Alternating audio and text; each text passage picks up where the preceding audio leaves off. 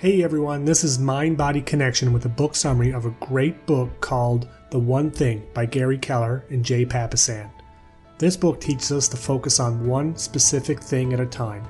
Focus on your one most important goal in your life and work backwards to find out what you need to do in the next year, month, week, and ultimately what you need to do right now, today, to reach this goal. Sometimes we set too many goals at one time, so we can't accomplish any of them. For example, you might set a goal to open a new business, find a partner, and get in great shape. But if your attention is divided, you might not accomplish any of them. However, if you just focus on one goal, your chance of success increases. So instead of doing a to-do list, make a success list of the things you need to do to achieve your one major goal, your one thing. This book uses the analogy that if you chase two rabbits, you will catch neither one. Bill Gates is an excellent example of the one thing. His one passion was computers. His one skill was computer programming. He had one job in the computer programming field, which led him to start one company called Microsoft.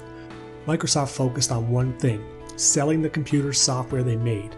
This made Bill Gates the one richest man in the world, and when he retired, he focused on one charity. He chose the one thing that would benefit the greatest number of people. The one solution that they came up with was vaccination, which saved thousands of lives.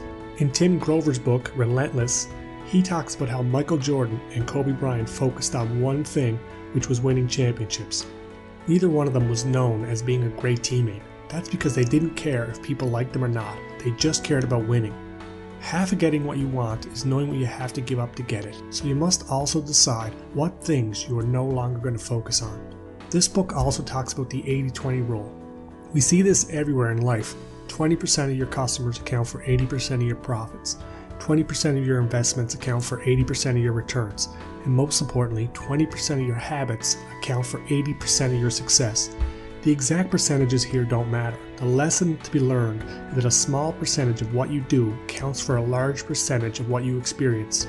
So the key to success is to choose the right habit and be disciplined enough to acquire it.